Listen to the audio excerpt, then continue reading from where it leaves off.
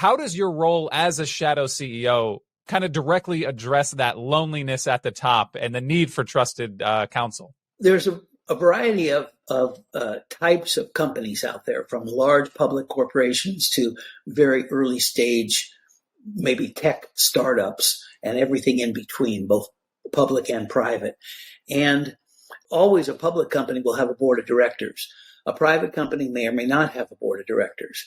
But whether there's a board of directors in place or not, the CEO or the owner, even if they have a board of directors, they have a very delicate relationship with their board. There are certain things that they want to rely on their board for.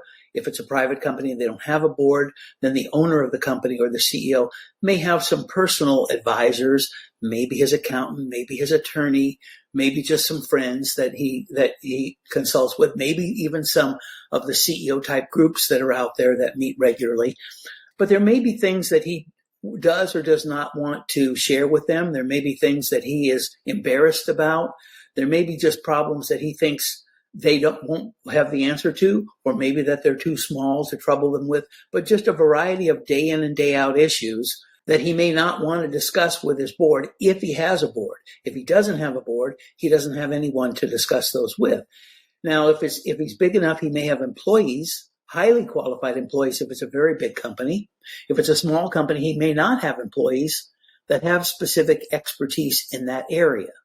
And so in all of those scenarios, whenever there isn't someone that he can rely on, whether it's an employee, a board member, an outside advisor, then that's a key area where the shadow CEO would step in very confidentially, very personally, taking into account all of the existing information and issues that he's aware of or she's aware of in the company's situation, and be able to give the owner or the CEO an unbiased, broad view of, here's the situation, here's your options, here's the options that won't work, here's the options that might work, here's the relative nature of how those options might play out, and then the CEO or the owner can make a decision on what they want to do.